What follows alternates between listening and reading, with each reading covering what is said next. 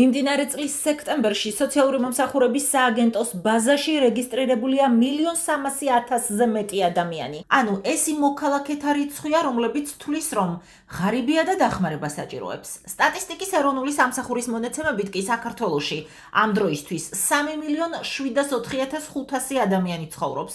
გამოდის, რომ საქართველოში ყოველი მესამე ადამიანი თავს ღარიბად თვლის, ხოლო ყოველი მეხუთე საარსებო შემწეობას იღებს. საუბედურო თუ არ ესეთი. ქვეყანაში სადაც 8 თვე სითბოა, იქ ადამიანი უნდა იქექებოდეს ნაგისხურში, არ უნდა იყოს მშიერი ადამიანი. უარესდება, რა თქმა უნდა, რაც ხდება საქართველოში, ეს უკვე კატასტროფაა. აი ამდენი მანქანა როგორ დადის, თუ ადამიანებს უჭირთ. გაოგნებული ვარ, ვერ გაივლი ქუჩაში. ესე იგი არ უჭირთ. და არც სახელმწიფოა მეწველი ძროხა ბოდიში ამ სიტყვაზე. სანამ სული მიდგია, სანამ მაქვს ფიზიკური შესაძლებლობა, შრომობ და მე ჩემს საქმეს ვაკეთებ. ჩემს გარშემო მე მგონი უფრო უარესდება, იმიტომ რომ ყველაფერი გაძვირდა, ყველაფერი ძალიან ხალხი აგრესიული გახდა რაღაცა იმის გამო, რომ არა აქვს საშუალება, რომ რაღაცა იყიდონ და უარესდება. ხალხი დადის და ნაგუსტებს შეძებს რაღაცებს. რო გამოიკვეთოს. პენსიონერების მდგომარეობა უარესდება, იმიტომ რომ ყველაფერი ძვირდება. და 20 ლარს სასაცილოს უმატებენ პენსიას წლის ბოლოს.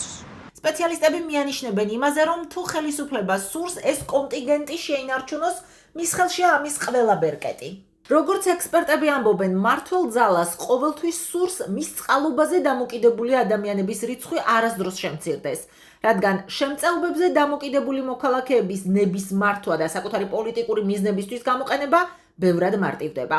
ჩვენ ზოგადად, არა მხოლოდ საქართველოს შემთხვევაში, ზოგადად მთავრობის ბუნება ის არის, რომ რაც შეიძლება მეტი ადამიანი იყოს, მოდით ესე ვთქვათ, მის წყალობაზე დამოკიდებული. სრულიად მოსალოდნელია და ბუნებრივი და ლოგიკურიც არის ის, რომ მთავრობები ზრდიან სოციალურ ტრანსფერებს და მათი მიმღებთა რაოდენობას განსაკუთრებით ქართულ რეალობაში იმ ფონზე, როდესაც ერთი და იგივე პარტია უკვე მე-13 წელია ხელისუფლებაშია და შეიძლება ბევრად უფრო ნაკლები ელექტორალური მხარდაჭერით როცა სარგებლობს, მისთვის ერთ-ერთი საშუალებაა იმისა, რომ ადამიანთა ელექტორალური მხარდაჭერა მოიპოვოს სწორედ ამ სოციალური დაცვის სისტემებით. სპეციალისტების თქმით, ელექტორატის მოსყიდვისთვის ხშირად ისეთ ადამიანებზეც კი შეიძლება გაიცეს ფულადი დახმარება, რომელსაც რეალურად ეს ფული საარსებოდ არ სჭირდება. გვეუბნებიან ეკონომიკა იზრდება, ხო? და საზოგადოების კეთილდღეობა თითქოს უნდა იზრდებოდეს, სოციალურთა დაუცველთა რაოდენობაც მატულობს და მატულობს.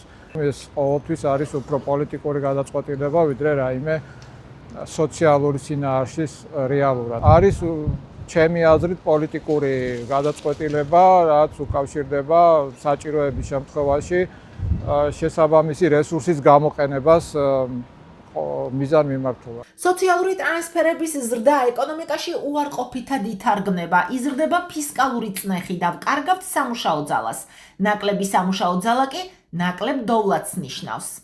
რაც უფრო მეტი სოციალური ტრანსფერი და სოციალური დახმარება იქნება ბიუჯეტი და რაც მთლიანი ეკონომიკის 5%-მდე ადის, რაც საკმაოდ მაღალია, მთავრობის მიერ კლასიფიცირებული სოციალურად დაუცველთა მნიშვნელოვანია, რომ ეს ტერმინი ესე გამოვიყენოთ, მათი რაოდენობის ზრდა და მათთვის გაცემული ფულადი სარგებლის ზრდა საბოლოო ჯამში ეკონომიკაზე უარყოფითად აისახება და ამ უარყოფითად ასახვის ორი გზა არის. ერთი გაიზრდება ფისკალური წნეხი, რაც არასასურველია ეკონომიკური ზრდისთვის და ეკონომიკური განვითარებისთვის და მეორე შემცირდება სამუშაო ძალა. სამუშაო ძალის დეფიციტს ქმნის ამით ხელისუფლება, როდესაც ის ზრდის სოციალთა დაუცველთა რაოდენობას, ანუ მიგრაციის ფონზე ამას ემატება კიდევ სოციალურ დაუცველთა რაოდენობაც, რაც წარმოქმნის სამუშაო ძალის მიწოდების დეფიციტს და შესაბამისად ეს ეკონომიკურ ზრდაზე საბოლოო ჯამში არ აისახება პოზიტიურად.